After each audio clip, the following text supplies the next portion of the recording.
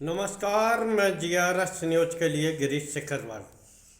आज का ब्लॉग फिर से मैं बिहार पर केंद्रित करना चाहूँगा, क्योंकि बिहार ने वो रास्ता दिखाया, वो बदलाव किया जो कि आज़ादी के बाद से संभवतः कभी नहीं हुआ था। आज़ादी के बाद से सबसे ज़्यादा वोटिंग और जिस प्रकार का माहौल बिहार में दिखाई दे रहा था, सत्ताधारी दल के विधायक गांव में प्रचार नहीं कर पा रहे थे, मंत्रियों तक को दौड़ाया जा रहा था, यहाँ तक कि उप मुख्यमंत्री विजय सिन्हा पर भी हमला होने की खबरें दिखीं। लेकिन इसके बावजूद भी एनडीए गठबंधन की बम्पर जीत है। इस जीत में किसकी क्या भूमिका रही, ये भी मैं इस ब्लॉग में बताने वाला हूँ। और जिस तरह से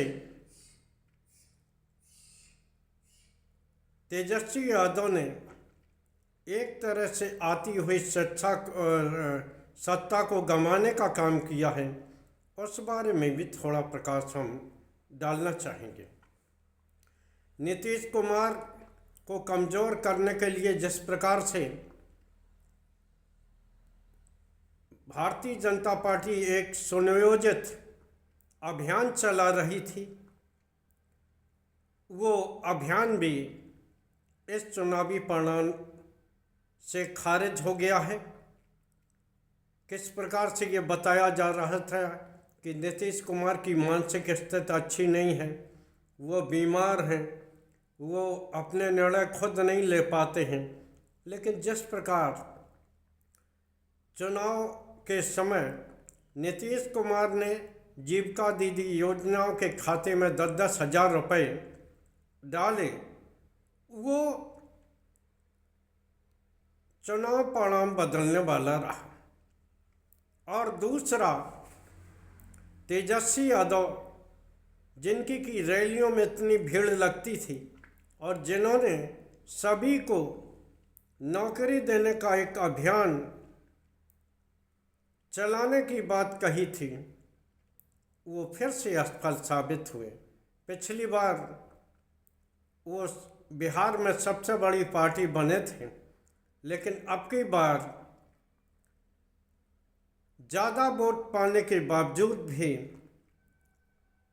उन्हें करारी हार मिली है।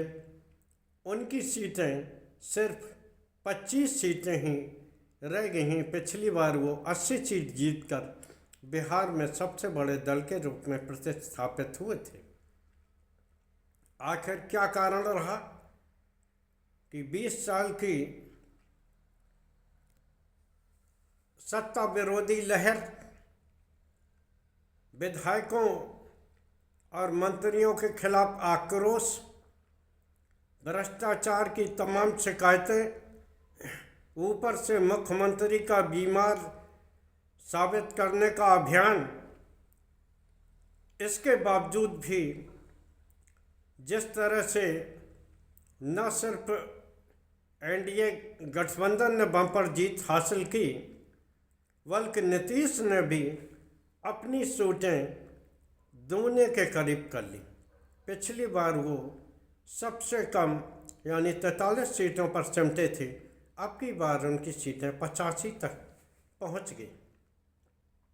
निश्चित तौर पर यह दर्शाता है कि नीतीश न तो अभी चुके हैं और न ही उनकी मानसिक स्थिति ऐसी है कि वो खुद का निर्णय नहीं ले पाते। जिस प्रकार अभी चुनाव में उन्होंने अपने अभियान को खुद चलाया, अपनी चुनावी योजना खुद उन्होंने तय की और खुद किस तरह से उन्होंने ये दिखा दिया कि नीतीश कुमार वास्तव में नीतीश कुमार हैं। किस प्रकार से उन्होंने सभी भारतीय जनता पार्टी के स्टार प्रचारकों, प्रधानमंत्री, गृह मंत्री की रैलियों से ज़्यादा उन्होंने जनसभाएं की और चुनाव परिणाम आज सामने है। चुनाव के बाद अब ये क्या होगा, उन विधायकों और नेताओं के आश्वासन का क्या होगा जो ये कह रहे थे कि नीतीश थे, हैं और रहेंगे। क्योंकि भारतीय जनता पार्टी ने जितना ही योजनाएं बनाई हैं, गृह मंत्री बिहार पड़े रहे हैं, वो संभवतः नीतीश को दोबारा मुख्यमंत्री बनाने के लिए तो नहीं लगे होंगे। उनके मन में भी जिस प्रकार से उन्होंने बिहार में अपने बड़े भाई जिन्हें कि जदयू, उनके बराबर सीटें लेकर यह दर्शाने का प्रयास किया कि बिहार में अब कोई बड़ा भाई छोटा भाई नहीं है। ऐसा नहीं लगता कि नीतीश कुमार को भारतीय जनता पार्टी आसानी से मुख्यमंत्री बनाने जा रही। बिहार का चुनाव निश्चित तौर पर जहां तेजस्वी के सामने जीवन मरण का प्रश्न था, वहीं गुजरात लॉबी के लिए भी ये अपनी प्रतिष्ठा को बचाने का चुनाव था। क्योंकि एक संकेत दिए हैं बिहार चुनाव परिणामों ने कि किस प्रकार से तेजस्वी यादव पर जो जंगल राज का जिन्न है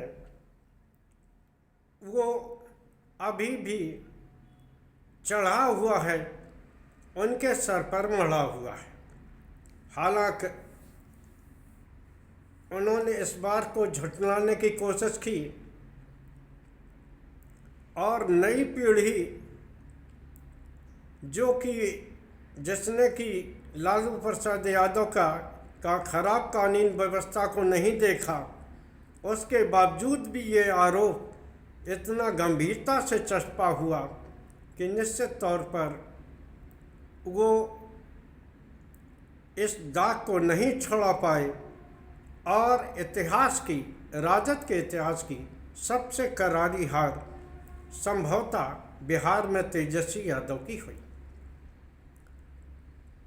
निश्चित तौर पर अब ये तय करना होगा कि आखिर वो जंगल राज के निजात से कैसे लाभ उठाएं। SIR को लेकर सवाल उठे। हालांकि मामला कोर्ट में है और कोर्ट इसकी वैधानिकता पर सुनवाई कर रहा है। कल भी SIR की याचिकाओं को लेकर सुनवाई हुई, क्योंकि 12 राज्यों में जो SIR प्रक्रिया शुरू हुई है उसको लेकर कई राज्य न्यायालय में गए थे और न्यायालय ने कल संबंधित पक्षों को नोटिस देकर कल सुनवाई भी की है। और उस सुनवाई का क्या नतीजा निकलता है तो देखने वाली बात होगी। लेकिन SIR ने भी सरकार को बनाने में एक महती भूमिका निभाई है, इससे कोई इनकार नहीं कर सकता। लेकिन सब कुछ चुनावी हथकंडों से जीता गया है।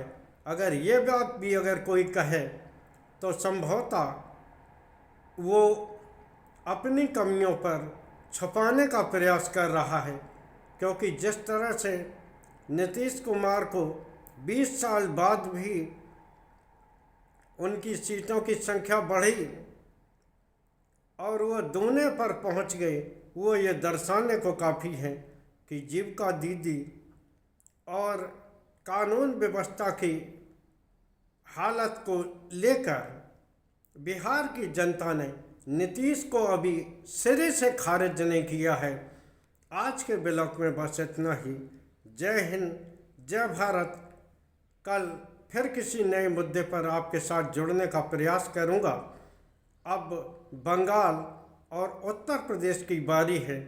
देखना यह है कि SIR प्रक्रिया को लेकर पश्चिम बंगाल और उत्तर प्रदेश में किस प्रकार के रणनीति विपक्षी दल तय करते हैं। कांग्रेस को लेकर इन लोगों का आखिर क्या नज़रिया होगा, ये भी देखने वाली बात होगी। आज के ब्लॉग में बस इतना ही। जय हिंद, जय भारत।